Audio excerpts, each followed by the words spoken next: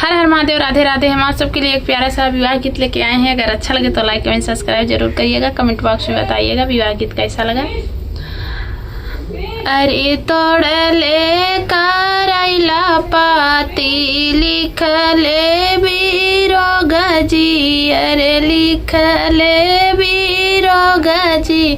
अरे कवने कारण ससुरु घर नाही आया जी, अरे घर नाही आया जी। अरे हरवाली आए सिकड़ी घर ही बिसारी गए, घर ही बिसारी गए। यही के कारण बहुअर घर नाही आए जी, अरे घर नाही आए जी। अरे तोड़ले करैला पाती लिखले बीरोगजी, अरे लिखले बीरोगजी। अरे कवने कारण जेठा घर नाही आया जी, अरे घर नाही आया जी। अरे कंगना लियाए चूड़ी घर ही बिसारी गए, घर ही बिसारी गए।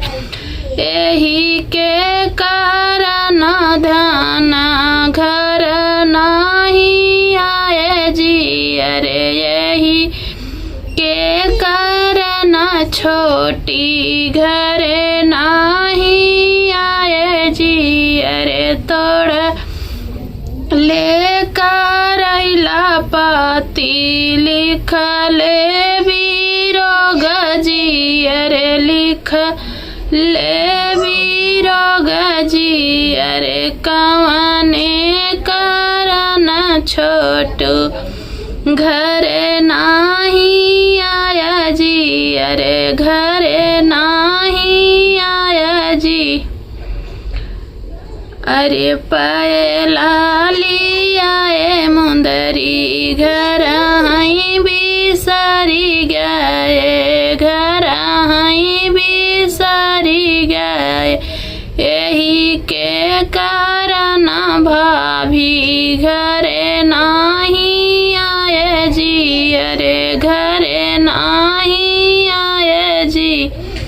अरे तोड़ले करैला पाती लिखले बीरोगजी, अरे लिखले बीरोगजी।